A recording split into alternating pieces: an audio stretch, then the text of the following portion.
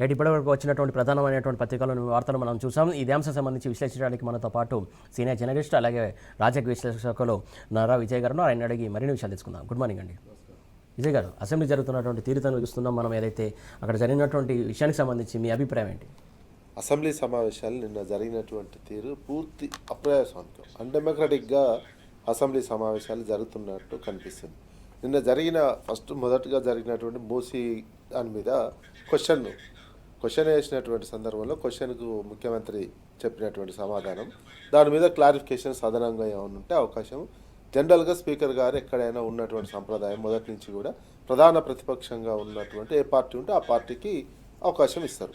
కానీ ఇక్కడ ఏమైంది, ప్రధాన ప్రతిపక్షంగా ఉన్న బీఆర్ఎస్ కాకుండా ఇంకొక మిత్రపక్షం కావచ్చు, ప్రతిపక్షం అనుకున్న ఎంఐఎం అక్బరుద్దీన్ ఓవైసీకి అవకాశం ఇచ్చారు. ఇచ్చినటువంటి నేపథ్యం అక్బరుద్దీన్ తన అభిప్రాయం తాను చెప్పిండు, అయిపోయిన తర్వాత అక్కడనే ఒక అన్డెమోక్రటిక్, ప్రధాన ప్రతిపక్షం కాకుండా ఇంకో పార్టీకి అవకాశం ఇవ్వడమే ఒక అన్డెమోక్రటిక్గా తీసుకున్నటువంటి నిర్ణయం. ఆ తర్వాత అక్బర్ ప్రధాన ప్రతిపక్షంగా ఉన్నటువంటి వాళ్ళకి అవకాశం ఇవ్వాలి, అది కూడా ఇవ్వకుండా నెక్స్ట్ క్వశ్చన్కి పోయినటువంటి సందర్భం. నెక్స్ట్ క్వశ్చన్కు పోయినటువంటి సందర్భంలోనే బీఆర్ఎస్ పార్టీకి సంబంధించినటువంటి నాయకులు డిమాండ్ చేయడం, ఆడ నిరసన వ్యక్తం చేయడం అయ్యేసరికి మళ్ళా సరే మాట్లాడనేటువంటి ఉన్నటువంటి లెజిస్లేచర్ మినిస్టర్ చెప్పినటువంటి సూచనతోటి మాట్లాడేటందుకు ఒక అవకాశం మాట్లాడచ్చు అనేటట్టు చెప్పడంతో మాట్లాడుతున్నటువంటి సందర్భంలోనే మూసీకి సంబంధించినటువంటి దాంట్లోనే మైక్ కట్ చేయడం జరిగింది. మైక్ కట్ చేయడంతో బీఆర్ఎస్కి సంబంధించిన ఎమ్మెల్యేలు ఆందోళన వ్యక్తం చేస్తూ మైక్ ఎందుకు కట్ చేశారు ఇట్లా అంటే, ఆ సందర్భంలో మరోసారి మీరు సీఎంని విమర్శ చేసినట్లయితే నేను మైక్ ఇవ్వను అని కూడా ఓ మాట అనడం. అంటే ఇది పూర్తిగా అన్డెమోక్రటిక్, ఒక ప్రధాన ప్రతిపక్షాన్ని ఉద్దేశపూర్వకంగా కొంచెం అవమానించడానికి కావచ్చు, అక్కడ వ్యక్తుల అనేది కాదు, ప్రతిపక్షం ఒక వ్యవస్థ, ఓ వ్యవస్థనే అవమానించే విధంగా ఉన్నటువంటి విధంగా అన్డెమోక్రటిక్గా సంబంధించినటువంటి వాళ్ళంతా కనీసం నిరసన తెలిపే హక్కు, వీళ్ళు ఏంటంటే ఆ క్వశ్చన్ మీద నిరసన తెలపడానికి అవకాశం ఇవ్వాలని, నిరసనకు సహజ సిద్ధంగా ఎప్పుడైనా ఉన్నటువంటి సంప్రదాయాల ప్రకారం అదే అవకాశం ఇస్తారు. ఆ నిరసనకు కూడా అవకాశం ఇవ్వకుండా చేసరికి బీఆర్ఎస్కి సంబంధించిన వాళ్ళు పూర్తిగా బయటకు వచ్చేయడం జరిగింది. తర్వాత వాళ్ళు వన్ సైడ్గా జరుపుకోవడం జరుగుతుంది. అయితే రోజు ఏంటంటే కాంగ్రెస్ పార్టీ రాజ్యాంగం పట్టుకొని ప్రజాస్వామ్య సూత్రాలు, ఢిల్లీలో రాహుల్ గాంధీ నిత్యం మాట్లాడుతున్నారు, పార్లమెంట్లో మోడీని, ప్రియాంక గాంధీ మొన్న జోరుగా విమర్శ చేసింది ప్రైమ్ మినిస్టర్కి సంబంధించినటువంటి పార్టీని, ప్రభుత్వాన్ని, లోపాల మీద. మరి వీళ్ళు రాజ్యాంగం పట్టుకొని తిరుగుతూ మొత్తం ప్రజాస్వామిక సూత్రాలు వల్ల వేస్తున్నటువంటి కాంగ్రెస్ పార్టీ నాయకులు దేశ స్థాయిలో వాళ్ళ అధికారం ఉన్న చోట మొత్తం ఉల్టా బీజేపీ కంటే ఘోరంగా నియంతృత్వం వైపే పరిపాలన కొనసాగిస్తున్నారు, సభలు నిర్వహించుకుంటున్నారు. ఈ రకమైనటువంటి వాతావరణం, ఒక పూర్తి అన్డెమోక్రటిక్ వాతావరణం క్రియేట్ చేసినటువంటి సిస్టమ్ ఉన్నది. ఇక్కడ నిన్న జరిగినటువంటి అసెంబ్లీ ఎంత అన్ఫెయిర్గా జరిగిందనేది చాలా కళ్ళకు కట్టినట్టు కనిపించినటువంటి అంశం. ఇక మిగతా అంశాలు డిస్కషన్లోకి అసెంబ్లీ సమావేశాలకు కూడా ఏంది, అంతకుముందు రోజే ముఖ్యమంత్రి మాట్లాడి ప్రెస్ కాన్ఫరెన్స్లో మాట్లాడినటువంటి నిత్యం ఒక అవమానించే విధంగానే ప్రతిపక్షాన్ని కొడంగల్కి పోయి మాటలు మాట్లాడి బూతులే మాట్లాడినటువంటి అంశం. ఆ తర్వాత ఇక్కడ నెక్స్ట్ నిన్న జరిగినటువంటి ప్రజాభవన్లో జరిగినటువంటి దాంట్లో కసబ్ తోటి పోల్చడం, ఇవన్నీ ఒక అన్డెమోక్రటిక్గా కావాలని ఉద్దేశపూర్వకంగా అనడం, వస్తున్నటువంటి వాళ్ళు అక్కడ మాట్లాడుతున్నటువంటి వాళ్ళని అవమానించే విధంగా బూతుల కొత్త సంవత్సరం అసెంబ్లీ సమావేశాలు బూతులు లేకుండా జరగాలనే విషయాన్ని ఆయన కర్టన్ రైజర్ కింద ముందే బూతులు మాట్లాడినటువంటి అంశం కనపడుతుంది. కసబ్తోటి పోల్చడం కూడా ఎంత అప్రజాస్వామికము, ఎంత అన్డెమోక్రటిక్, ఏ రకంగా కనీసం ముఖ్యమంత్రి స్థాయిలో. అట్లాంటప్పుడు కసబ్ది పోల్చినటువంటి సందర్భం చూస్తే కసబ్ది ఇంకా పూర్తిగా ముఖ్యమంత్రి గారికి వర్తిస్తుంది. కసాబ్ ఏం చేసిండు, కసాబ్ టీషర్ట్ వేసుకొని బ్యాగులు పట్టుకొని గ్రనైడ్లు తుపాకులతోటి వచ్చి ఫిజికల్గా అటాక్ చేసిండు భారతదేశం మీద. మరి అదే ఇక్కడ తెలంగాణకు సంబంధించినటువంటి అంశం చూసుకున్నట్లయితే ఒక తెలంగాణ మీద రాజకీయ దాడి చేసినటువంటి నేపథ్యంలో తెలంగాణ కొత్తగా ఏర్పడినటువంటి తెలంగాణని, ఆ ప్రభుత్వాన్ని కూల్చేయాలని చెప్పి బ్యాగుల్లో డబ్బులు తీసుకుపోయి, కసబు బ్యాగే ఈయన బ్యాగే, కసబు టీషర్టే వేసుకున్నాడు. ఇక్కడ రేవంత్ రెడ్డి కూడా అప్పుడు ఉన్నటువంటి టీషర్ట్ వేసుకొని 50 లక్షల రూపాయలు తీసుకుపోయి ఇచ్చినటువంటి నేపథ్యం. మరి కసబ్కు 2 ఏళ్ళు శిక్ష పడ్డాయి. ఇట్లాంటి రెడ్ హ్యాండెడ్గా దొరికినటువంటి వ్యక్తిని కూడా సీఎంగా చేసుకుంది ప్రజాస్వామ్యం. మరి దీనికి కూడా అవకాశం ఇచ్చింది. కసబ్కి ఎట్లాంటి అవకాశం వచ్చిందో అది పోల్చాల్సింది ఇట్లా ఈ రకంగా పోల్చుకోవాల్సినటువంటి అవసరం ఉంటుంది. ఈ రకంగా తెలంగాణ రాజకీయాలను, తెలంగాణకు సంబంధించినటువంటి నీటి వనరులు కావచ్చు, తెలంగాణకు సంబంధించిన సహజ వనరులు పూర్తిగా కుప్పెట పెట్టుకోవడానికి ఆంధ్రప్రదేశ్ చేస్తున్నటువంటి కుట్రలకు పూర్తిగా ఇట్లాంటి ఇష్యూస్ని డైవర్ట్ చేసి, బూతులు మాట్లాడో ఇంకో అంశం మీద మాట్లాడో ఇష్యూని డైవర్ట్ చేసేసి ఈ వెనకంగా నీళ్లు కావచ్చు, సహజ వనరులు కావచ్చు వాళ్ళకు కట్టబెట్టే విధంగా ఇప్పుడు ఉన్నటువంటి ప్రభుత్వం వ్యవహరిస్తున్నటువంటిది కనిపిస్తుంది. క్లియర్గా కనిపిస్తున్నటువంటి అంశం నీటికి సంబంధించి. గోదావరిలో నీళ్లు తరలింపుకోవడానికి పూర్తి స్థాయిలో సహకరించినట్లు, కృష్ణాలో పాలమూరు రంగారెడ్డికి సంబంధించినటువంటి విషయంలో మాకు 45 టీఎంసీలు చాలు అని లేఖ ఇవ్వడం అనేది, ఈ అన్ని అంశాలను తప్పించుకోవడం కోసం, ప్రజలకు ఈ అంశాల అవేర్నెస్ రాకుండా ఉండడం కానీ కోసం ప్రధానంగా అసెంబ్లీలో ప్రశ్నలు అడుగుతున్న టైంలో ఖచ్చితంగా అడిగే ప్రశ్న కూడా వినకుండా మైక్ కట్ చేస్తూ ఉన్నారని చెప్పేసి మనం చూసాం. ఎందుకోసం అట్లా ప్రశ్న అడిగే స్వేచ్ఛ లేదా అసెంబ్లీలో? అదే ప్రశ్న అడిగినటువంటి ప్రశ్న ఇది రిటర్న్గా అడిగినటువంటి ప్రశ్నలు, మూసీకి సంబంధించినటువంటి మూసీ రివర్ ఫ్రంట్కి సంబంధించినటువంటి దాంట్లో మిగతా ప్రశ్నలు అన్నీ కూడా డీమ్డ్ టు బి ఆన్సర్ అడిగి, ఈ ప్రశ్న తర్వాత ఈ బీఆర్ఎస్ వాళ్ళు మొత్తం బయటకు వచ్చేసిన తర్వాత అనేసిండు. ఇక మిగతా వాళ్ళకు హక్కులు లేవు, మిగతా సభ్యులకు వేసినటువంటి క్వశ్చన్లన్నీ కూడా ఆన్సర్లు వచ్చేసినాయి అనేది. అంటే ఒక పద్ధతి ప్రకారం ఒక ప్రజాస్వామికంగా నడుస్తలేదు అనడానికి ఇదే నిదర్శనం కదా. ఇంతకంటే ప్రశ్నలు వేస్తున్నారు, ప్రశ్నలు వేసినటువంటిది కూడా రానటువంటి సభ ముందుకు రానటువంటి విధంగా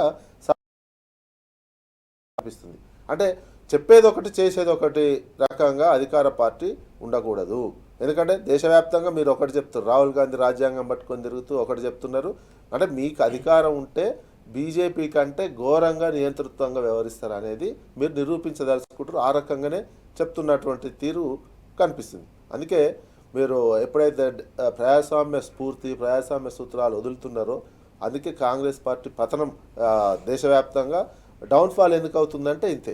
ఆల్టర్నేటివ్ మోడీ కంటే భిన్నమైనటువంటి ప్రజాస్వామ్య స్ఫూర్తి మీరు కనపరచలేదు దేశవ్యాప్తంగా. ఇట్లాంటి వాళ్ళని పెట్టుకొని మొత్తం ఇంకా ఇబ్బంది, ఇది ఒక్కటే స్టేట్ ఉన్నది మాకు మనుగడ కోసం, పార్టీ ఉనికి కోసం అనేటట్టు పూర్తి స్వేచ్ఛ ఇచ్చేసి ఎవరితోటి ఎట్లనైనా ఇన్సైడ్గా లింకులు పెట్టుకొని పాలన చేస్తున్నటువంటి సిచ్యువేషన్ కాంగ్రెస్ పార్టీ నాయకులే అర్థం చేసుకోవాల్సినటువంటి అవసరం ఉంటుంది. పూర్తిగా ఒక అన్డెమోక్రటిక్ వాతావరణంలో రాష్ట్ర రాజకీయాలు నడుస్తున్నాయి, డైవర్షన్ చేసేటువంటి దిశలోనే రాష్ట్ర రాజకీయాలు నడుస్తున్నాయి.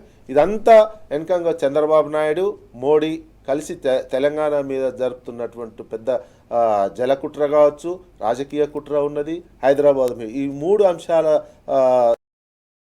జూమ్ ద్వారా బీఆర్ఎస్ సీనియర్ నాయకులు బొల్లం మల్లయ్య యాదవ్ గారు కూడా జాయిన్ అయ్యారు. మల్లయ్య యాదవ్ గారు, గుడ్ మార్నింగ్ అండి.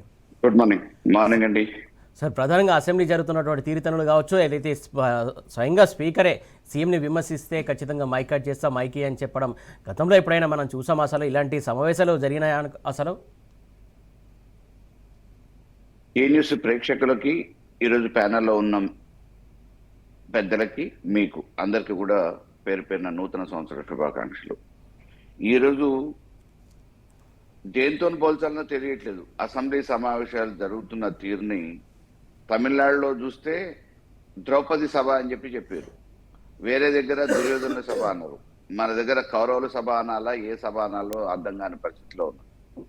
ఎందుకంటే అసెంబ్లీ సమావేశాలు పెట్టాలనుకున్నప్పుడు పెట్టడానికంటే ముందే నోటితో నవ్వి నొసలతో ఒక్కరిచ్చినట్టు మీరు రండి అసెంబ్లీ సమావేశాలకి మేము పెడతామని చెప్తారు. వచ్చిన తర్వాతనేమో ఏదో రకంగా దాటవేత సమాధానాల కోసం పిచ్చి పిచ్చిగా మాట్లాడరాని భాషని అసెంబ్లీలో ఈరోజు మాట్లాడి బయటికి ఏ రకంగా పంపిద్దామనే ఆలోచన చేస్తున్నారు. ఇవాళ పెట్టడానికి చాలా విషయాలు ఉన్నాయి. తెలంగాణ ప్రభుత్వంలో జరుగుతున్న అనేక వైఫల్యాల మీద చర్చ పెట్టవచ్చు.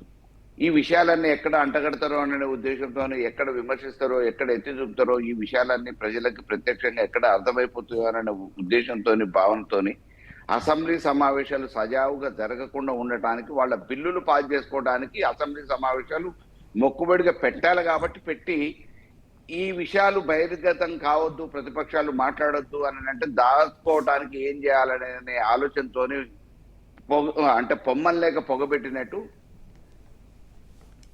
అసలు మాట్లాడరాని అసభ్యకరమైన మాటలతోని మాట్లాడే భాషతోని మాట్లాడి ఈరోజు అవహేళన చేసే ప్రయత్నం రేవంత్ రెడ్డి గారు వారి సర్కార్ చేస్తా ఉంది. తుపాకీ పట్టిన రేవంత్ రెడ్డి, తెలంగాణ ఉద్యమానికి వ్యతిరేకంగా తుపాకీ పట్టిన రేవంత్ రెడ్డి ప్రజాస్వామ్యాన్ని కూని చేసే విధంగా ఆఖరికి ఒక శాసనసభ్యుడినే ఓటును కొనుగోలు చేసే విషయంలో దొంగ నోట్లతోని దొంగ బ్యాగులతోని పట్టుబడ్డ దొంగ రేవంత్ రెడ్డి ఈరోజు తెలంగాణ కోసం ఆహర్నిశలు ప్రాణాలని సైతం వదులుకోవడానికి సిద్ధపడి త్యాగం చేసిన మహానుభావుడు కేసీఆర్ గారిని కసబ్తో పోల్చడం అంటే ఎంత దురదృష్టకరం అండి. మాట్లాడినప్పుడు నిజంగా తెలంగాణకి అది నిరసన దినం, చీకటి రోజుగా భావించాలి. ఇవాళ ఆయన ముఖ్యమంత్రి సీట్లో కూర్చున్నా, తెలంగాణలో ఈరోజు ఇంతమందిని లబ్ధి పొందుతున్నా, అసలు తెలంగాణకి ప్రాధాన్యతనే లేదు, ఈడ మామూలుగా బతకడానికి మార్గాలు లేవు అని చెప్పేసి అటు దుబాయ్, మహబూబ్నగర్ జిల్లా వాళ్ళు పక్క జిల్లాలకు పోయి పనిచేసుకొని రావటము, నల్గొండ జిల్లా వాళ్ళు తాపీ మేస్త్రిగా హైదరాబాద్ లో భవన నిర్మాణ కార్మికులుగా జీవనం కొనసాగించిన రోజుల్ని ఒకసారి పరిశీలిస్తే, ఆయన పుట్టిన మహబూబ్నగర్ జిల్లాల తెలంగాణ రాకముందు పరిస్థితి ఏందనేది ఒకసారి ఆలోచిస్తే, ఇవాళ జరుగుతున్న ఆయన అభివృద్ధి అని చెప్పేసి ఉరుకులు పెడుతూ అప్పులు తీసుకొచ్చేసి ఆయన స్వలాభాల కోసం విమానాలు ఎక్కుతున్న అంటే ఢిల్లీకి పోతున్న రేవంత్ రెడ్డి అసలు ఈ తెలంగాణ ఏ నుంచి వచ్చింది అనేది ఆలోచిస్తే ఒకసారి అర్థమవుతుంది. కేవలం అధికారం కోసం ఇష్టం వచ్చినట్టు ఆ రోజు అధికారంలోకి రావడానికి కోసం హామీలు ఇచ్చి ఇష్టం వచ్చినట్టు మాట్లాడిన రేవంత్ రెడ్డి ఇవాళ అనుకోకుండా ఏమరపాటున్నో పొరపాటున్నో తెలంగాణ ప్రజానికం ఆలోచించకుండా వేసిన ఓటుతోనే అధికారంలోకి వచ్చిన రేవంత్ రెడ్డి అధికారాన్ని చక్కబెట్టుకోలేక ప్రతిపక్షాలని ఇరకాటంలో పెట్టి ఏదో రకంగా నైతికంగా మానసికంగా దెబ్బతీయాలనే ఆలోచనతోని అసభ్యకరమైన మాటలతోని ఈరోజు అసెంబ్లీని కూడా మలినం చేస్తున్నాడు. ఇంతకంటే దురదృష్టం ఇంకోట్లేదు. అసెంబ్లీ దేనికోసం చర్చ పెడతారండి? చేయాల్సిన అభివృద్ధి పనుల మీద ఒక ప్రతిపక్షంగా సలహాలు సూచనలు తీసుకొని స్వవిమర్శలు చేసుకొని దాని మీద చర్చోపచర్చలు జరిగిన తర్వాత తెలంగాణ ప్రజానికానికి ఏది ఉపయోగమో ఆ పని మీద బిల్లులు పాస్ చేసుకుంటాం. ఈరోజు జరుగుతున్న వైఫల్యాల మీద మాట్లాడతాం. ప్రస్తుతం ఎన్ని సమస్యలు లేవండి. వ్యవసాయ రంగం ఇబ్బంది పడుతూ ఉంది, రైతాంగం, విద్యార్థులు గురుకుల హాస్టళ్లలో పడుతున్న ఇబ్బందులు ఉన్నాయి, వైద్య రంగం సరిగా పనిచేయక ప్రాథమిక ఆరోగ్య కేంద్రాలలో కనీసం మందులు లేక అవస్థ పడుతున్న గ్రామీణ వాతావరణంలో ఉన్న వృద్ధుల గురించి, మహిళల గురించి, సామాన్యుల గురించి చర్చ పెట్టుకోవాల్సిన అవసరం ఉంది. ఈ విషయాలు వాయిదా తీర్మానం ఇస్తే ప్రతిపక్షం కదా, వాయిదా తీర్మానం ఇస్తే మేమెందుకు అంగీకరించాలని చెప్పేసి కొట్టేస్తారు. పోనీ మనమన్నా మాట్లాడదాం, ప్రభుత్వంగా మన బాధ్యత కదా అని చెప్పేసి వాళ్ళేమన్నా అసెంబ్లీలో చర్చ పెడతారా అంటే చర్చ పెట్టరు. ఈరోజు అసెంబ్లీలో ఎందుకు జరుగుతున్నాయి అని అంటే వాళ్ళు బిల్లులు పాస్ చేయించుకోవడానికి అడప తడప వాళ్ళ స్వప్రయోజనాల కోసం చేస్తున్న చాటుమాటనే జీవోలు పాస్ చేసుకుంటున్నారు, జేబులు దండుకుంటున్నారు, బ్యాంకులు ఓపెన్ చేసిరు, డబ్బులు దండుకోవడానికి మార్గాలు ఏమేమి ఉన్నాయో అన్ని జీవోలు పాస్ చేసుకొని వాళ్ళకు అనుకూలంగా ఆ జీవోలు వెలుగులోకి రాకుండా అక్కడికక్కడే దాచిపెట్టి తాత్కాలిక జీవోలతోని వాళ్ళ కాలం గడుపుకుంటున్నారు, డబ్బులు దండుకుంటున్నారు. ఇక తప్పనిసరి పరిస్థితులలో కొన్ని బిల్లులు పాస్ చేయాలి కాబట్టి అసెంబ్లీలు పెడుతున్నారు తప్ప మనకి రాజ్యాంగ ప్రకారం అసెంబ్లీ ఎందుకు పెడుతున్నామో, ఇందులో జరగాల్సిన చర్చ ఏంది, ఈరోజు ప్రభుత్వ వైఫల్యాలు ఏంది, ప్రతిపక్షంగా ప్రభుత్వంగా అసలు సమూలంగా ఈ ప్రజలకు మనం ఏం చేయాలి, వాటి మీద చర్చ ఏం పెట్టాలనే ఆలోచన ఇప్పుడున్న కాంగ్రెస్ ప్రభుత్వానికి, రేవంత్ రెడ్డికి లేదు. కేవలం రమ్మని మనకపోతే వాళ్ళని రమ్మని లేదు, లేకపోతే వచ్చినాక మనం తట్టుకోలేమనే ఉద్దేశంతో ముందస్తుగా వస్తారేమనే ఒక అభద్రతా భావంతోనే రాజకీయ కుట్రలో భాగంగా అసభ్యకరమైన మాటలతో ఈరోజు కించపరిచే మాటలు మాట్లాడుతూ ఉన్నాడు. నిజంగా ఎవరండి కసాపు? చర్చ పెడదాం నలుగురిలోకి వచ్చి. ఇదే హైదరాబాద్ నడిబొడ్డున ఎక్కడ కూర్చొని చర్చ పెడితే అక్కడ. ఇవాళ కేసీఆర్ గారు లేకపోతే తెలంగాణ ఉందా? తెలంగాణ సాధించటమే కాదు, తెలంగాణ అభివృద్ధి. ఆయన చెప్పే మహబూబ్నగర్ జిల్లాలో అంచెలంచెలుగా తెలంగాణ అభివృద్ధి జరిగింది కాబట్టి ఆయన రియల్ ఎస్టేట్ వ్యాపారం అంచెలంచెలుగా పెరిగింది. ఈరోజు ఆయన సామ్రాజ్యాన్ని విస్తరించుకోగలిగిండు, ఢిల్లీలో ముడుపులు చెల్లించి పిసిసి ప్రెసిడెంట్ తెచ్చుకోగలిగిండు, రాష్ట్రానికి ముఖ్యమంత్రి కాగలిగిండు. ఇదే తెలంగాణలో వ్యాపార సామ్రాజ్యాన్ని విస్తరించుకోవడానికి అవకాశాలు పరిధులు పెరిగినాయి. ఎట్లా కేసీఆర్ గారి దూరదృష్టితోనే ఈరోజు భూముల ధరలు రెక్కలు వచ్చినాయి. అన్నిటిని మర్చిపోయి ఈరోజు అధికారం ఉంది కదా, నోరుంది కదా అని చెప్పేసి ఇష్టం రాజ్యంగా మాట్లాడుతూ ఉన్నాడు. ఇది నిజంగా చీకటి రోజుగా భావించాలి. ఓకే సార్, మొత్తానికి చూస్తున్నాం కదా, అయితే అసెంబ్లీ జరుగుతున్నటువంటి తీరుతెన్నులు చాలా చాలా దురదృష్టకరం. గతంలో ఎప్పుడు కూడా ఇలా ప్రశ్నలకు సమాధానం కూడా చెప్పలేని పరిస్థితి. బయట ఉంటేనేమో అసెంబ్లీకి రమ్మంటారు, అసెంబ్లీకి వస్తేనేమో ఇష్టానుసారంగా వ్యవహరిస్తారు. బయట అదే పరిస్థితి మాట్లాడే విధానం, అలాగే సభలలో కూడా అదే పరిస్థితి మాట్లాడే విధానం, అసెంబ్లీలో కూడా అదే తీరు కనబడుతున్నారు. గతంలో కూడా ఇలాంటి సమావేశాలు ఎప్పుడు చూడలేదని చెప్పేసి మల్లయ్య యాదవ్ గారు చెప్తున్నటువంటి అంశం. విజయ్ గారు, ప్రధానంగా చూస్తున్నట్లయితే మనం ప్రాజెక్టుల అంశం సంబంధించి రోజు రోజుకి చాలా చాలా ఇష్టానుసారంగా వ్యవహరిస్తున్నటువంటి తీరు మనం సర్కారు చూస్తున్నాం. ప్రాజెక్టులకు సంబంధించి ఏదైతే కాంగ్రెస్ సర్కారు చేస్తున్నటువంటి విషయం వల్ల పట్టించుకోకపోవడం వల్ల అటు ఏపీకి లబ్ధి చేకూరుతున్న అంశం, ప్రధానంగా చాలా ప్రాజెక్టులకు కూడా వాళ్ళకు పర్మిషన్లు వస్తున్నటువంటి అంశం. ఎందుకు ఇట్లా కాంగ్రెస్ సర్కారు చేస్తుంది అనుకోవాలి? తెలంగాణకు మొదటి నుంచి కాంగ్రెస్ నాయకత్వమే పూర్తి అన్యాయం చేసింది నీట్ విషయంలో. ఎందుకంటే వీళ్ళకి తెలంగాణ సోయలేదు. ఎప్పటి నుంచి? నిజాం పీరియడ్ అయిపోయిన దగ్గర నుంచి. నిజాం వరకు నిజాం కింగ్ ఉండే, ఆయన రాష్ట్రం ఆయన చూసుకున్నటువంటిది ఉండే. నిజాం అయిపోయిన దగ్గర నుంచి కాంగ్రెస్ వాళ్ళు లీడ్ చేస్తూ వస్తున్నారు రాష్ట్రాన్ని. ఆ తర్వాత ఉమ్మడి ఆంధ్రప్రదేశ్లో కూడా కాంగ్రెస్ లీడ్ చేస్తూ వచ్చింది, రాష్ట్రాన్ని పరిపాలిస్తూ వచ్చింది. అయితే తెలంగాణ నాయకత్వానికి నీటి మీద, ప్రాజెక్టుల మీద అవగాహన లేదు. తెలంగాణ సోయితో అవగాహన లేదు.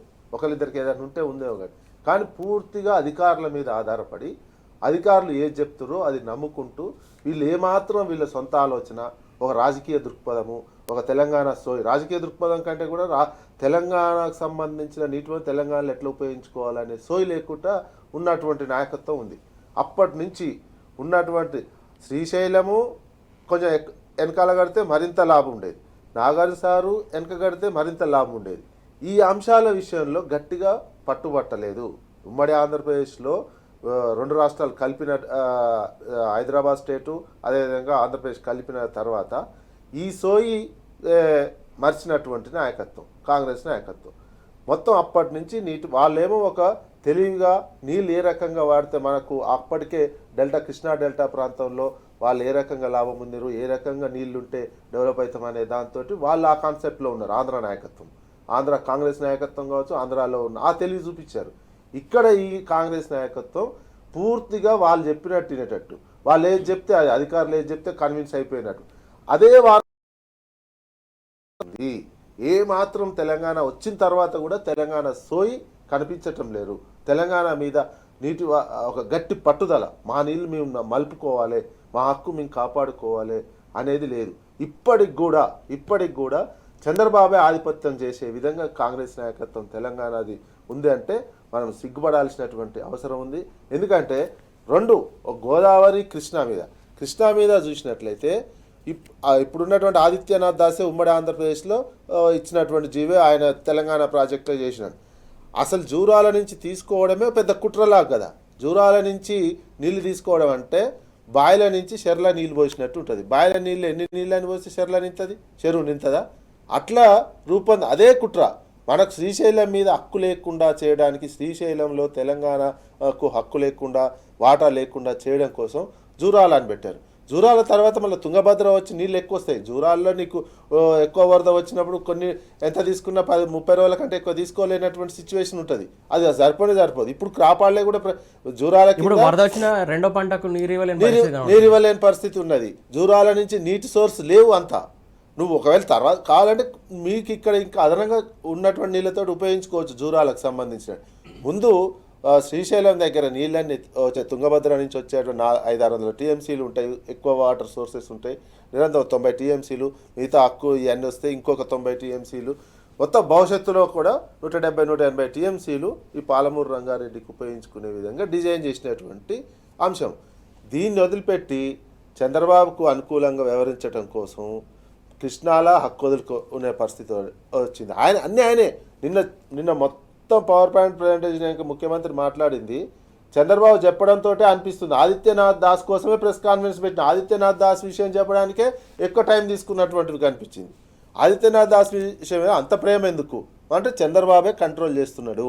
ఇక్కడ మొత్తం తెలంగాణకు సంబంధించిన నీటి దాని మీద కేంద్రంతో చెప్పించి మొత్తం చంద్రబాబు మోడీ ఉమ్మడి ఆంధ్ర పేరుకు 2 రాష్ట్రాలైనా ఇప్పుడు నీటిపారుదల కావచ్చు ఇంకో విషయంలో కావచ్చు చంద్రబాబు ఆధిపత్యమే చెల్లుబాటు అవుతుంది. ఆయన చెప్పిన మాట ఆయన అక్కడ పనిచేసి వచ్చినటువంటి వ్యక్తి ఇప్పుడు ఇక్కడ ప్రభుత్వ సలహాదారు ఉన్నాడు, ఆ కమిటీలో చైర్మన్ గా పెట్టారు. అంటే తెలంగాణ నీటి హక్కులు ఆయన సాధిస్తారా, తెలంగాణ న్యాయం చేస్తారని చెప్పేసి పెట్టారు అనుకోలేదు. అదే కదా కుట్ర. జూరాలది ఈయన ఇచ్చిందని తెలంగాణ ప్రాజెక్టులు చేస్తే ఒకటి కూడా పూర్తి కాలే కదా ఈయన కాలంలో తెలంగాణకు చేసినటువంటి నేపథ్యంలో. జూరాలకు పెట్టిందంటే ఒకవేళ అది రాజకీయ నిర్ణయం, అప్పుడున్న కిరణ్ కుమార్ రెడ్డి నిర్ణయం తీసుకున్నా, ఈయన ఆదిత్యనాథ్ దాస్ తెలంగాణ కోసం చేసింది అన్నీ తెలుసు అని చెప్తున్నటువంటిది. నీకు జూరాల్లోనే సోర్స్ పాయింట్ పెట్టినావు, జూరాల నుంచే తీసుకోవాలని పెట్టినావంటే అక్కడ నీళ్ళే లేవు, నీళ్ళు తక్కువ ఉన్న చోట పెట్టి తీసుకుంటే ఏమి లాభం? ఇవే ప్రాజెక్టులు ఆపరని ఆయన అప్పుడు ఆంధ్రప్రదేశ్ రాష్ట్ర ప్రభుత్వం ఉన్నప్పుడు సందర్భం లేదా? అదే కదా దొంగకు తాళం చేతులు ఇచ్చినట్టే ఉంది ఇప్పుడు ఇది. ఇప్పుడు ఈ ప్రాజెక్టులు అన్నిటి మీద ఆయన కేసులు వేసిండు. ఇప్పుడు కమిటీలో మెంబర్ అయితే ఎట్లా వర్తిస్తే కోవర్ట్ ఆపరేషన్ కాకపోతే ఇది పూర్తిగా కోవర్ట్ ఆపరేషను. ఈయన చెప్పే మాటలే ఇంటడు. ఇక ఈయన గైడెన్స్ కదా, ఈయన తెలివిగా ఎక్కడైతే అవసరం ఉందో అక్కడ తెలివిగా మాట మార్చో, తెలివిగా ఇట్లా అయితే బాగుంటుంది అని కన్విన్స్ చేసే విధంగా చెప్తారు. టెక్నికల్ అంశాలు చెప్పి ఇవి చెప్పి అప్పుడు రాజకీయ నిర్ణయం మారిపోతుంది. రాజకీయంగా వీళ్ళు చెప్పేటువంటి అంశాల మీదనే నిర్ణయం తీసుకుంటుంటారు. అప్పుడు తెలివిగా ఈయన చెప్పేటువంటి ఐఏఎస్ ఈయన చెప్పిండు బాగా అనుభవం ఉంది, ఈయన మాటే కరెక్ట్ అనేది మిస్గైడ్ చేస్తున్నటువంటి. ఇప్పుడు ఆ రకంగా నల్లమల సాగర్కు పర్మిషన్ వచ్చింది అనుకోవాలా? ఏది ఆ రకంగా ఈయన చెప్పినటువంటి ఆలోచన కావచ్చు, లేకుంటే ఆ రకంగా నల్లమల ప్రాజెక్టుకు పర్మిషన్ వచ్చింది. అదే కదా నల్లమల సాగర్ ఏంది గోదావరి నీళ్లు తరలింపు. గోదావరి నీళ్ళ తరలింపు మీద మన మీటింగ్ అయిన రోజు ఇది అంశమే చర్చ లేదని ముఖ్యమంత్రి గారు అపెక్స్ కమిటీకి బయటకు వచ్చి చెప్పిండు. వాళ్ళ మంత్రి ఏమో రామానాయుడు గారు మొత్తం దీని మీదనే చర్చించినాము అని చెప్తున్నటువంటి. ఇప్పుడు డిపిఆర్ మొత్తం సిద్ధమైపోయింది. వాళ్ళు నోటిఫికేషన్ ఇచ్చుకున్నారు. 7 కోట్లతోటి డిపిఆర్ తయారు చేయడానికి మొత్తం ఆమోదం చేసుకోవడానికి మొత్తం నోటిఫికేషన్ ఇచ్చుకున్నటువంటి సిస్టమ్ కనిపిస్తుంది. టెండర్లు పిలిచి నోటిఫికేషన్ ఇచ్చుకున్నటువంటి సిచ్యువేషన్. ఇది అంతా ఎట్లా జరుగుతుంది? చంద్రబాబు ఎందుకు సెంట్రల్లో వాళ్ళ పార్టీ అధికారంలో ఉంది, చంద్రబాబు అందులో భాగస్వామ్యం చాలా కీలకం. ఆయన లేని కనుక ఉంటే ఆ గవర్నమెంట్ పడిపోయేది. ఆయన చెప్పినట్టు మోడీ వింటుండు, మోడీ చెప్పినట్టు వాళ్ళిద్దరు చెప్పినట్టు ఈడ రేవంత్ రెడ్డి వింటున్నట్టు కనిపిస్తుంది. వీళ్ళ ముగ్గురు కాంబినేషన్లో కృష్ణా గోదావరి హక్కులను పూర్తిగా నీటి హక్కులు తెలంగాణకు రాకూడదు సోయలేదు. అందుకే మొదటి నుంచి చారిత్రాత్మకంగా చూసుకున్నా ఆఫ్టర్ నిజాం పీరియడ్ తర్వాత నుంచి కూడా నిజామేమో సొంత రాష్ట్రంలాగా వ్యవహరించినటువంటి సిచ్యువేషన్ ఉండే. అప్పటి నుంచి వీళ్ళకు నీటి అవగాహన లేకుండా ఒకేసారి ప్రజాస్వామ్యంలోకి వచ్చి వీళ్ళు పరిపాలించేసరికి పూర్తిగా అప్పటికే అధికారులు కావచ్చు మొత్తం ఆంధ్ర నాయకత్వం తెలికల్ల నాయకత్వం ఉండి మిస్గైడ్ చేస్తూ ఉంటే వీళ్ళు ఇనుకుంటూ పోయి అన్నీ మనకు కాకుండా చేసి శ్రీశైలం వెనక కట్టకుండా సిద్ధేశ్వరం దగ్గర కడితే బాగుండేది, నాగార్జున సాగర్ వెనక కడితే తెలంగాణ అంతా సస్యశ్యామలే. ఆ తెలివి వాళ్ళు ఆ సోయతోటి ఆంధ్ర నాయకత్వం వివరించి వాళ్ళ నీళ్ళు ఇప్పుడు కూడా అదే. ఇప్పుడు చంద్రబాబు నాయుడు తన కోవర్టు నీడబెట్టి ఎట్లాంటి సజెషన్స్ ఇవ్వాలో ఆయన చెప్తుంటాడు, ఆయన ద్వారానే నడుస్తుంటుంది. ఇంకొక అసెంబ్లీకి కూడా ముందే ఒక అతన్ని పెట్టిండు ఇక్కడ సలహాదారుగా.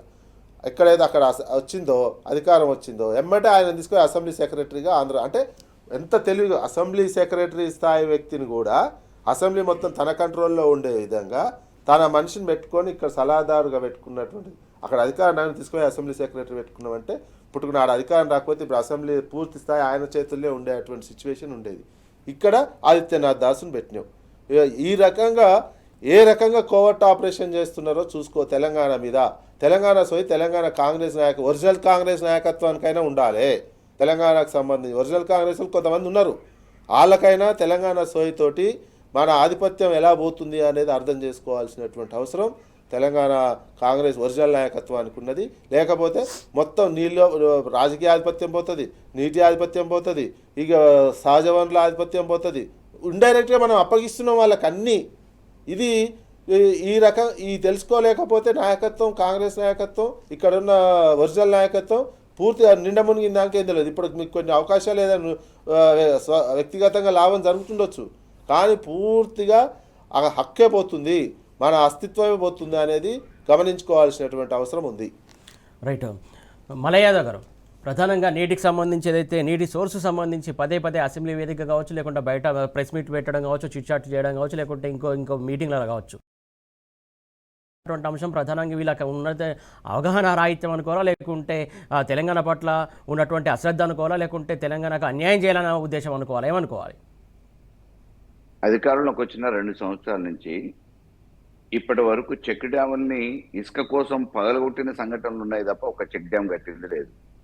ఒక ప్రాజెక్టు మీద, కొనసాగుతున్న ప్రాజెక్టు మీద 80-90% పూర్తయిన దాని మీద ఆ మిగిలిన 10% 20% డబ్బులు నిధులు కేటాయించి పూర్తి చేసింది లేదు.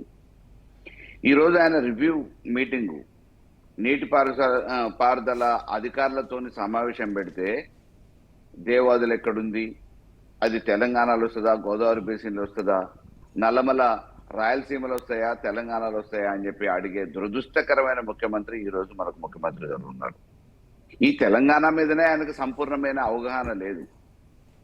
తెలంగాణ ఉద్యమం చేసినోడు కాదు, తెలంగాణ జిల్లాలలో తిరిగినోడు కాదు. అధికారం కోసం రియల్ ఎస్టేట్ వ్యాపారం చేసి డబ్బుల సంచులతోని పిసిసి ప్రెసిడెంట్ కొనుక్కొచ్చుకొని, ముఖ్యమంత్రి కొనుక్కొచ్చుకొని, ఇప్పుడు ఆ ముఖ్యమంత్రి పదవిని ఎట్లా కాపాడుకోవాలనే దానికి అటు ఢిల్లీకి ముడుపులు పంపించే క్రమంలో ఈడ ఆయన ఆశీస్సులు, గురువు గారి ఆశీస్సులు, చంద్రబాబు నాయుడు ఆశీస్సులతోని ఈ సీట్లు ఎట్లా కొనసాగాలనే ఒక ఆలోచన తప్ప సంపూర్ణమైన అవగాహన ఈ తెలంగాణను అభివృద్ధి చేద్దామని కానీ, నీటి విషయం కానీ, విద్య కానీ, వైద్యం కానీ, ఇతరత్ర ఏ రంగాన్ని కానీ కాపాడుకునే పరిస్థితి లేదు. కనీసం ఇలా నార్మల్ డెలివరీ చేసుకునే మహిళలు ప్రభుత్వ ఆసుపత్రికి వచ్చేసి మాకు అక్కడికి పోతే నార్మల్ డెలివరీ అవుతుంది, వేలకు వేలు ఫీజులు కట్టలేము ప్రైవేట్ హాస్పిటల్లో అని చెప్పేసి నమ్మకానికి వచ్చిన మహిళలు ఈరోజు నడి రోడ్డు మీద డెలివరీ చేసుకున్నా కానీ కాపాడే పరిస్థితి లేదు.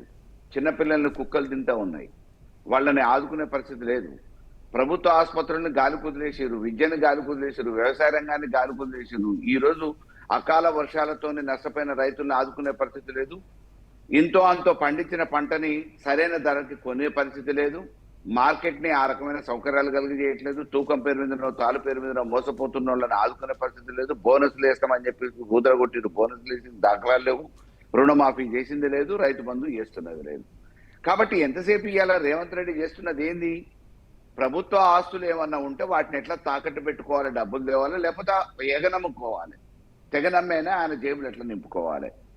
ఢిల్లీకి నెల నెల ముడుపులు పంపించాలి కాబట్టి తెగనమ్మైన ఆయనకు పోయేది ఏముంది? ప్రభుత్వం ముందు చూపుతోనే ఉన్న ఆస్తులను ఎట్లా తెగనమ్మాలి, లేకపోతే బ్యాంకులను ఎట్లా తాకట్టు పెట్టాలి. దానికి ఉదాహరణే సెంట్రల్ యూనివర్సిటీ భూములను తాకట్టు పెట్టే ప్రయత్నం, అమ్మే ప్రయత్నం చేసిండు, బ్యాంకులలో కుదబెట్టే ప్రయత్నం చేసిండు. ఈ రోజు ఆయనకి ఈ తెలంగాణ ప్రజానకం మీద మమకారం లేదు, ప్రభుత్వం మీద ఆయనకి పట్టు లేదు. ఢిల్లీ ఆశీస్సులతోని పదవిలో కొనసాగుతున్నాడు. చంద్రబాబుకి మెప్పు చేస్తే ఈ సీట్లో ఎక్కువ కాలం కూర్చోవచ్చు అనే ఒక అపోహతోని ప్రభుత్వాన్ని నడుపుతా ఉన్నాడు. ఏ రంగంని ముందుకు తీసుకుపోయే ఆలోచన లేదు ఆయనకి. నీటి రంగమే కాదు, మొన్న ఎండాకాలంలో పంటలు ఎండిపోయినాయి. కాళేశ్వరం జలాల ద్వారా నీళ్లు వస్తాయని చెప్పేసి ఆశతోని ఏదైతే గత 5-6 సంవత్సరాలుగా తెలంగాణ రైతాంగం మా నల్గొండ కానీ, వరంగల్ కానీ, ఇతరత్ర జిల్లాలలో పంటలు వేసుకున్నారో ఆ పంటలు వేసుకున్న వాళ్ళు గతంలో ఎండాకాలం కాదు 3 పంటలకు నీళ్లు వస్తాయి, చెరువులలో సమృద్ధిగా నీళ్లు ఉంటే అదే ఆశతోని కాంగ్రెస్ ప్రభుత్వం వచ్చిన తర్వాత పంటలు వేసుకున్న వరి ధాన్యం వేసుకున్న రైతులకి ఏం మిగిలింది అని అంటే పోయినసారి ఎండాకాలంలో పంట పొలాలు ఎండిపోయే దుస్థితి వచ్చింది. ఆడ నీళ్లుండి కూడా ఎంతసేపు గత ప్రభుత్వం మీద బదనామేసి పట్టగాల్చి మీద వేయడానికి ఏం చేస్తున్నారు? కాళేశ్వరం కూలిపోయింది అంటున్నారు. అరే బాబు, ఇది ఎన్డీఎస్ఏ రిపోర్ట్ ఇచ్చింది, మీరు దీన్ని వినియోగంలో తీసుకొచ్చుకోవచ్చు, రిపేర్ చేసుకోవచ్చు. చిన్న చిన్న పొరపాట్లు అనేటివి ఎక్కడైనా జరుగుతాయి. ఒక ఇల్లు కట్టుకుంటే కూడా ఇంట్లో చిన్న చిన్న లోపాలు జరుగుతాయి, వాటిని సర్దిద్దుకుంటాం. అదే రకంగా 3 సంవత్సరాలలో అతి భారీ ప్రాజెక్టులు దేశంలో ఎక్కడ లేని విధంగా కట్టిన ఈ ప్రాజెక్టులో చిన్న చిన్న లోపాలు జరుగుతాయి, వాటిని మీరు సరి చేసుకొని సద్వినియోగం చేసుకోలేకపోతారా? మీరు చేసుకోవటానికి అవకాశం ఉంది, అవసరమైతే కాంట్రాక్టర్లకు చెప్పి చేయించుకోండి అని చెప్పి ఎన్డీఎస్ఏ రిపోర్ట్ ఇస్తే దాన్ని పక్కకు పెట్టి ఈరోజు రాజకీయ లబ్ధి కోసం వాడుకుంటున్నారు. ఎంతసేపు చెప్తున్నారు జూరాల ఉంది, అది మేము కట్టినాం, ఇంకోటి ఉంది, ఇది మేము కట్టినాం. అవునండి, అయ్యాల మీరు ప్రభుత్వంలో ఉన్నారు, అధికారంలో ఉన్నారు. కొంతమందికి మీకున్న వనరులు వసతులను బట్టి కొంతమందికి ఉపయోగపడేటట్టు చిన్న చిన్న ప్రాజెక్టులు కట్టారు. దాని కెపాసిటీ ఎంత? ఎన్ని టీఎంసీలు జూరాల? గతంలో కాంగ్రెస్ కట్టినప్పుడు కట్టిన ప్రాజెక్టుల టీఎంసీలు ఎంత కెపాసిటీ? ఆ తర్వాత తెలుగుదేశం వచ్చిన తర్వాత వాళ్ళేసి శంకుస్థాపనలకే పరిమితమయ్యారు తప్ప తెలంగాణ మీద ప్రేమ చూపించలేకపోయారు, ఏ ప్రాజెక్టు పూర్తి చేయలేకపోయారు. రాజశేఖర రెడ్డి గారు వచ్చారు, జలయజ్ఞం పేరు మీద ధనయజ్ఞం జరిగింది కానీ ప్రాజెక్టులు పూర్తి చేయలేకపోయారు. కాలువలు తవ్వారు, కాంట్రాక్టర్ల జేబులు నింపుకున్నారు. మొబిలైజేషన్ ఫండ్ పేరు మీద ముందే వాళ్ళకి సంబంధించిన నాయకులకి ముడుపులు చెల్లిస్తే రియల్ ఎస్టేట్ పేరు మీద పెట్టి డబ్బులు సంపాదించుకున్నారు. ప్రాజెక్టు పూర్తి చేయలేదు. కానీ ఇవాళ చిత్తశుద్ధితోనే ఇవాళ తెలుగుదేశం రామారావు గారు వేసిన శంకుస్థాపన శిలాఫలకాలకి వేసిన ప్రాజెక్టులకు కానీ, రాజశేఖర రెడ్డి గారు ఆయన ధనయజ్ఞం కోసం చేసిన ప్రాజెక్టులను కానీ పూర్తి చేసిన ఘనత ఎవరిది అనంటే చిత్తశుద్ధితోని తెలంగాణ ప్రజల మీద మమకారంతో పూర్తి చేసిన ఘనత కేవలం కేసీఆర్. కేసీఆర్ గారు చేసిన ప్రయోగం వల్ల, వారు చూపించిన ముందు చూపు వల్ల ఇవాళ కృష్ణా గోదావరి రెండు సంగమం ఏర్పడ్డది. రెండు నదుల సంగమం మన తెలంగాణలో ఏర్పడ్డది. ఈ రెండింటిని వినియోగం అయ్యాల కాంగ్రెస్ అధికారంలో ఉన్నప్పుడు ఇవాళ మేము గొప్పలు చెప్పుకుంటున్న వాళ్ళోళ్ళు 400 అడుగుల లోతుల నుంచి పోతుంది, గోదావరిని పైకి తీసుకురాలేమని చెప్పి చేతులు లేబట్టి 60 సంవత్సరాల ప్రభుత్వాన్ని కొనసాగించారు. ఆ ప్రాంత వాళ్ళందరూ కూడా వనరులు ఉండి, అవకాశం ఉండి, అయాలటి కాలంలో కాకతీయులు తవ్విన చెరువు నుండి కూడా సంపూర్ణంగా వ్యవసాయం చేసుకోలేకపోయారు.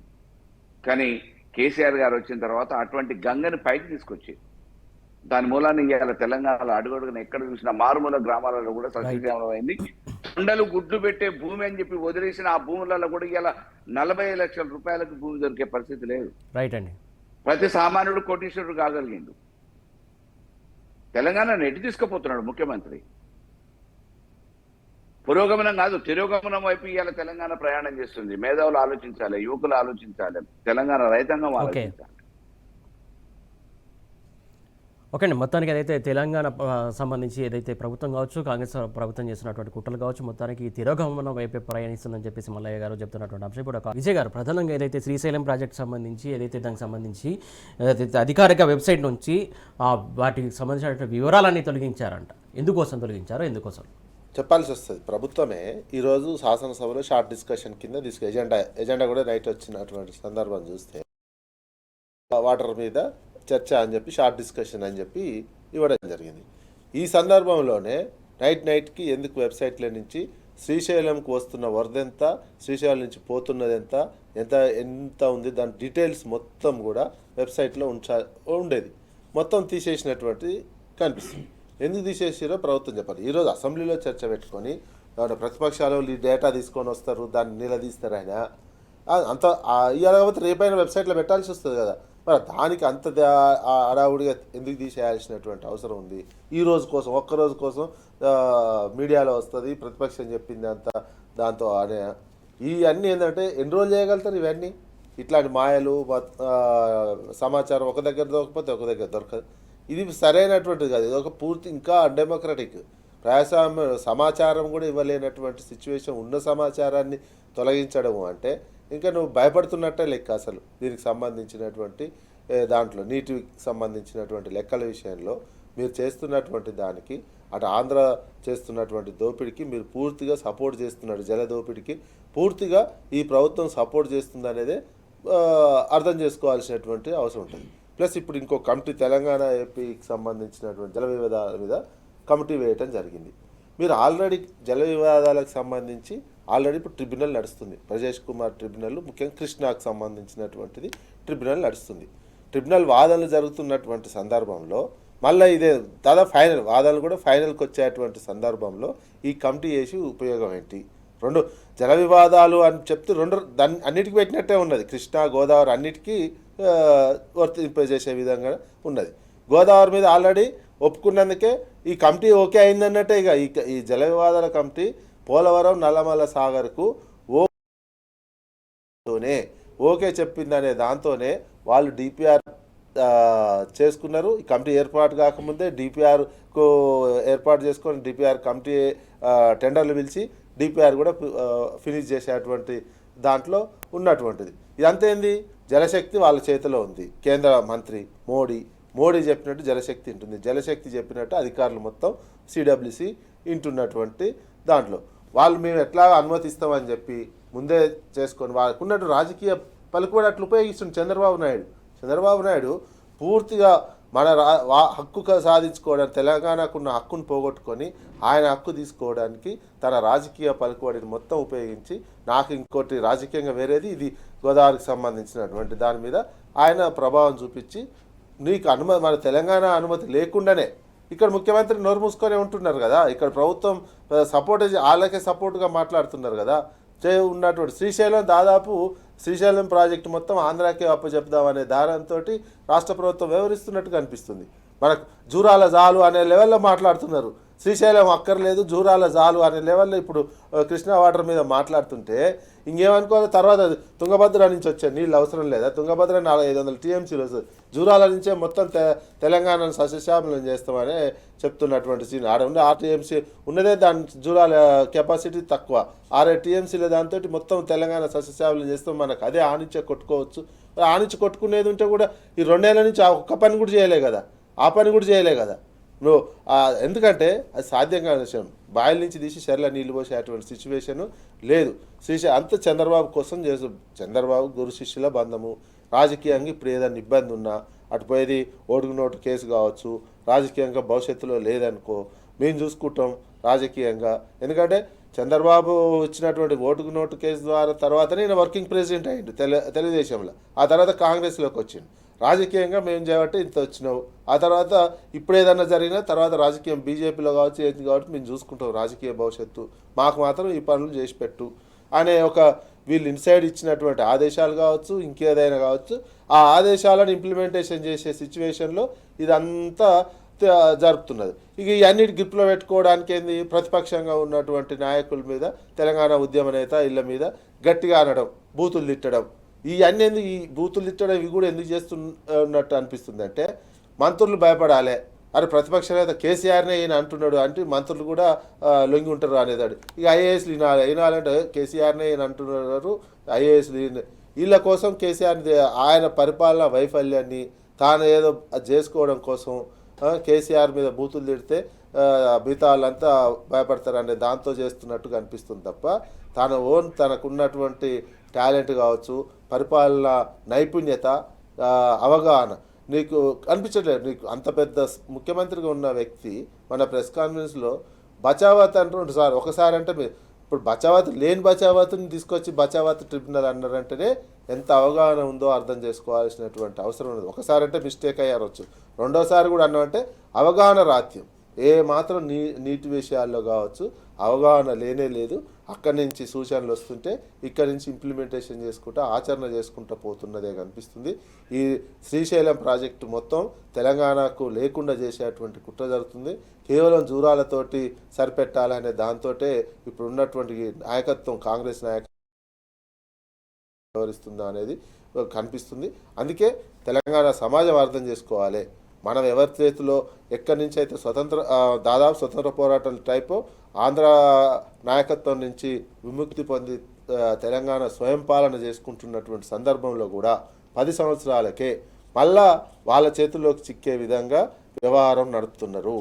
అది కేవలం సొంత రాజకీయ ప్రయోజనాలు తప్ప రాష్ట్ర ప్రయోజనాలు పట్టట్లేవు అనేది అర్థమవుతుంది. దీన్ని అర్థం చేసుకోవాల్సినటువంటి అవసరం తెలంగాణ సమాజం ఉంది.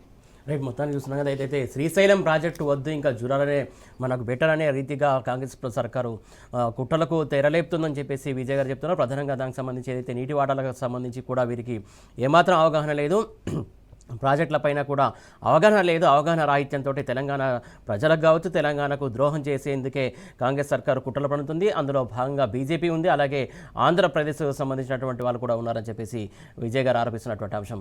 ఇప్పుడు ఒక మల్లయ్య యాదవ్ గారు, ప్రధానంగా విజయ్ గారు ఒక పాయింట్ రైజ్ చేశారు. ఏదైతే శ్రీశైలంకి సంబంధించి ప్రాజెక్ట్ సంబంధించి ఖచ్చితంగా ఏపీకే కట్టబెట్టేందుకు కాంగ్రెస్ కుట్రలు వేస్తుంది.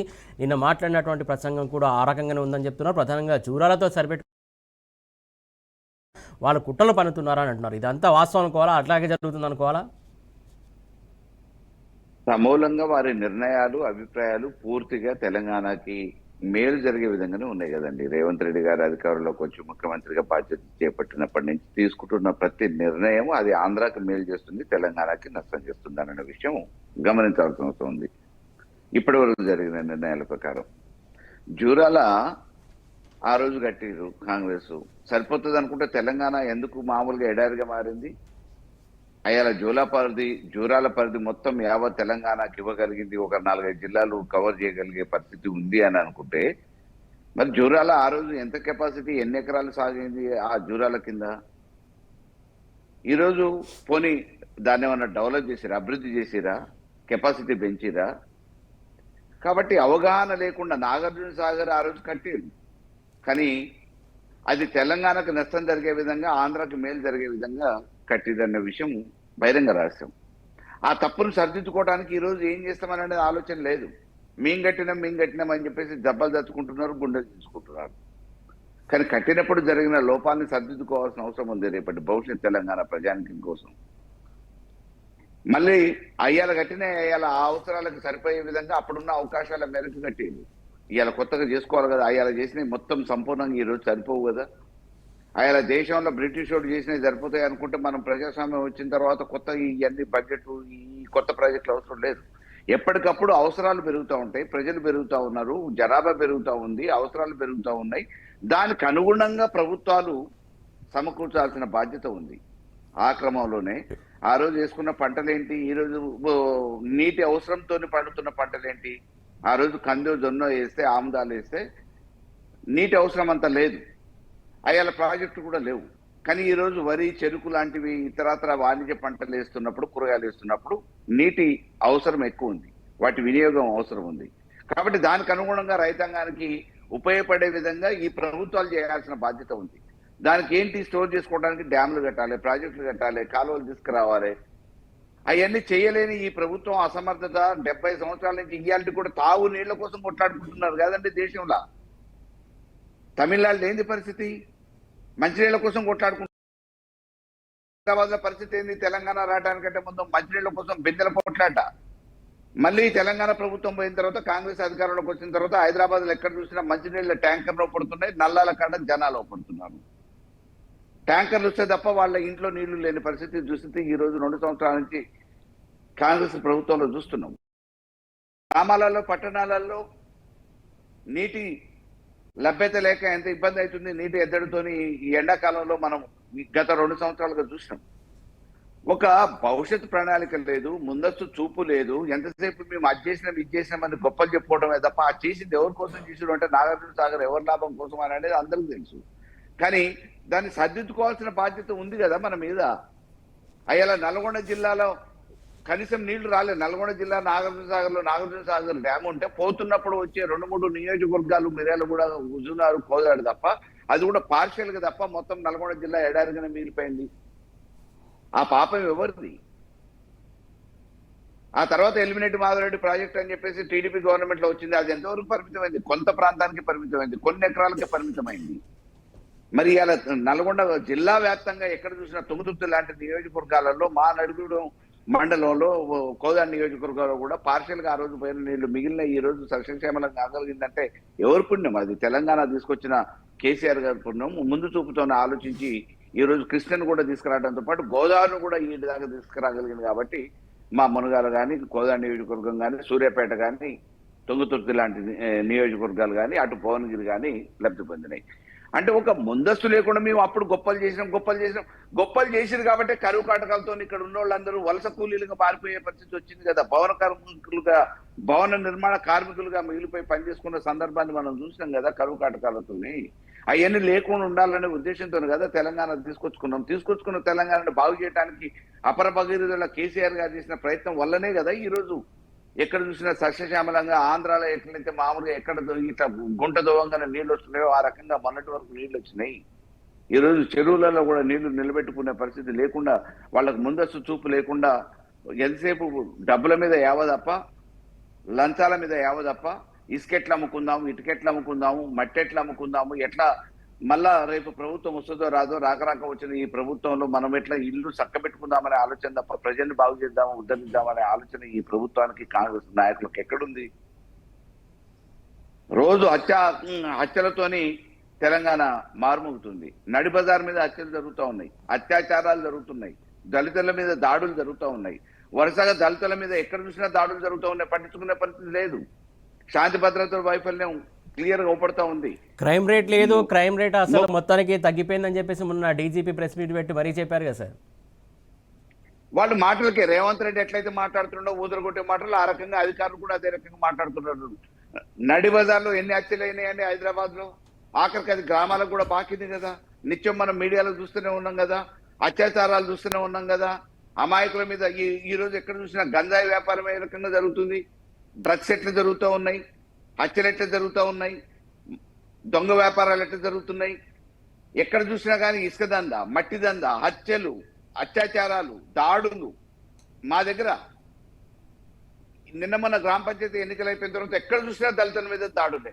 అది రాష్ట్ర వ్యాప్తంగా జరుగుతూనే ఉన్నాయి. గొడ్డలు తీసుకొని నడుపుతున్నారండి పోలీసు వాళ్ళు. మామూలుగా మీరు పోరిన తర్వాత మేము వస్తాం, దొంగలు పడ్డ 6 నెలలకు కుక్కలు మరిగినట్టు మీరు తర్వాత ఎట్లాగో వాళ్ళు ఫిర్యాదు చేస్తారు, మేము పోతాం, మీ పని మీరు చేసుకోపోరు అని చెప్పేసి విచ్చలవిడిగా ఎక్కడి నుంచి కాంగ్రెస్ ప్రభుత్వం వచ్చిన కాడి నుంచి అటు మహబూబ్నగర్ జిల్లాలో కానీ ఇతరత్ర తెలంగాణ జిల్లాలలో కానీ ఎక్కడ చూసినా గొడ్డలతో స్వైర విహారం చేస్తున్నారు కాంగ్రెస్ నాయకులు. పట్టించుకునే దాఖలాలు ఉన్నాయా?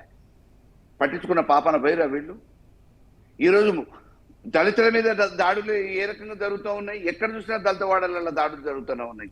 నిన్న మొన్న మేము మామూలుగా వాళ్ళకి సంబంధించిన సంఘాలను పిలిచినాం, హత్యలు జరిగినా పట్టించుకోవట్లేదు. లాకప్ డెత్తులు జరిగినాయండి. కర్ల రాయేష్ అని మా దగ్గర ఒక యువకుడిని ఈ మధ్య కాలంలో లాకప్ డెత్ జరిగింది, రిమాండ్ డెత్ జరిగింది. పట్టించుకున్న దాఖలాలు లేవు. ఓకే విజయ్ గారు, ప్రధానంగా ప్రతిపక్షాల వాళ్ళు మాట్లాడితే అది అరణ్య రోజులుగా మిగిలిపోయింది. మల్లయ్య గారు ఒక నిమిషం ప్లీజ్. విజయ్ గారు, ప్రధానంగా చూసుకున్నట్టయితే నాగార్జున సాగర్ రైట్ కెనాల్ నుంచి 0 to 80 కిలోమీటర్స్ అటు తవ్వుకొని అటు కూడా నీళ్లు మళ్ళీ తీసుకెళ్ళినా కూడా పట్టించుకునే పరిస్థితి. అలాగే ఎలక్షన్ రోజు నాగార్జున ప్రాజెక్ట్ సంబంధించి పోలీసులు, ఆంధ్రప్రదేశ్ పోలీసులు వచ్చి మకం వేశారు. ఇప్పటికి కూడా దాని ప్రస్తావన లేదు, ఏం లేదు. కాంగ్రెస్ సర్కార్ దానికి పట్టించుకున్న పాపం లేదు. ఏం జరుగుతుందో అనుకోవాలి మనం. అదే కదా సోయి లేకుండా నాగార్జున సాగర్ ఫిజికల్గానేమో వాళ్ళకి అప్పగించారు. శ్రీశైలంది నీళ్లు మొత్తం అవసరం లేదు, నీళ్లు ఇక శ్రీశైలం నీళ్లు తెలంగాణకు అవసరమైందండి. జూరాలో ఉన్నాం కానీ వాదన ముందుకు పెట్టిన తర్వాత నీళ్ళని శ్రీశైలంలో ఎన్ని నీళ్ళు ఉంటే ఇక భవిష్యత్తులో అయ్యే వాడుకుంటారు. సీఎం అన్నాడు జూరాలతో తెలంగాణ అంతా అవుతుంది, శ్రీశైలం ఎందుకు అనే లెవెల్ వాదన పెట్టిన తర్వాత ముఖ్యమంత్రి స్థాయిలో ఎవరి కోసం ఈ వాదన? వాళ్ళకు అనుకూలంగా ఉండడం కోసమే ఈ వాదన తీసుకొచ్చినటువంటి అంశం. ఇంకొకటి కూడా తెలంగాణ సోయి లేదనడానికి నిన్న ముఖ్యమంత్రి గారు మాట్లాడి ఈరోజు శాసనసభలో కూడా కృష్ణా వాటర్ మీద చెప్తే పాలమూరు రంగారెడ్డి డ్రింకింగ్ వాటరే కోసమే పెట్టిండు తీసుకొచ్చినటువంటి ప్రాజెక్టు అనేది ముందు అదే చెప్తారు చూడండి. ఇక నిన్న మన ప్రెస్ కాన్ఫరెన్స్లో చెప్పింది కానీ ఇక ఇలా అసెంబ్లీలో మొత్తం ఇక పాలమూరు రంగారెడ్డి ఎత్తిపోతల అది ఇరిగేషన్ కోసం కాదు, కేవలం తాగునీటి కోసమే పర్మిషన్లు తెచ్చిర్రు. ఇరిగేషన్ ఇది తెలియనటువంటిది ఏంటంటే వీళ్ళకి తెలంగాణ సోయలేదు. జనరల్ తాగునీటి కోసము అంటే త్వరగా అనుమతులు వస్తాయి, తీసుకొని అన్నిటికి చూపిస్తాయి. ఈ చరిత్రలో అనేక దేశవ్యాప్తంగా అనేక రాష్ట్రాలు అనేక ప్రభుత్వాలు ముందు తాగునీటి కోసం అని తీసుకొచ్చి మొత్తం వాడుకుంటున్నటువంటి సిచ్యువేషన్ ఉన్నది. అంతేందుకు శ్రీశైలం ఏంది ఉద్దేశం? మెయిన్ జల విద్యుత్ కోసమే శ్రీశైలం ప్రాజెక్టు. కానీ జల విద్యుత్ మొత్తం వ్యవసాయానికే వాడుతున్నారు. అదేవిధంగా పోతిరెడ్డిపాడు తెలంగాణ మద్రాస్ డ్రింకింగ్ వాటర్ అన్నారు. మొత్తం ఇప్పుడు మద్రాస్ డ్రింకింగ్ వాటర్ వాడుతున్నారా? మొత్తం సాగునీటి మొత్తం పొక్క పెట్టినట్టే, నదికి పొక్క పెట్టినట్టే తీసుకుపోతున్నటువంటి సిచ్యువేషన్. ఏమవుతుందంటే ప్రభుత్వాలు ఆయా రాష్ట్రాలకు అవసరాల మేరకు తాగునీరు అనేది చెప్పి తీసేసుకొని, ఎందుకంటే పనులు కావాలి. మొత్తం సాగునీటి ప్రాజెక్టులు అంటే మొత్తం రకరకాల అనుమతులు రావడానికి ఇబ్బందికరమైనటువంటి ఉంటాయి. ఇదేదో పెట్టి దాన్ని ఏదో తప్పు చేసినట్టు ఇప్పుడు మొత్తం దాని మీద ఇది పాలమూరు రంగారెడ్డి పథకము వ్యవసాయ యోగ్యమైన నీటిపారుదల కోసం కాదు, ఇది సాగునీటి కోసమే, ఓన్లీ తాగునీటి కోసం 30,000 కోట్లు ఖర్చు పెట్టిర్రు అనేది ఎంత తెలివి తక్కువ తెలంగాణ సోయి లేకుండా మాట్లాడేటువంటి మాటలు. తన తానే బజార్ను వేసుకొని తెలంగాణ ఇజ్జత్ తీసే పని అన్నట్టు ఇది. రైట్ అండి, థ్యాంక్ యూ అండి విజయ్ గారు, థ్యాంక్ యూ సో మచ్. అలాగే మల్లయ్య గారు, థ్యాంక్ యూ సో మచ్ అండి. సో మొత్తానికి ఏదైతే ప్రాజెక్టుల పైన అవగాహన లేదు, నీటి వాటర్లపైన అవగాహన లేదు, తాగునీటి కావచ్చు సాగునీటి కావచ్చు, ఏదైనా ప్రభుత్వాలు రాష్ట్ర ప్రయోజనాల కోసం ప్రాజెక్టులు అనుమతులు తీసుకొచ్చుకుంటాయి, అవసరాల మేరకు వాడుకుంటాయని చెప్పేసి విజయ్ గారు అలాగే మల్లయ్య గారు చెప్తున్నట్టు అంటే అంశం ఇది. వాటి వార్తలు వాస్తవాలు. Keep watching tea news.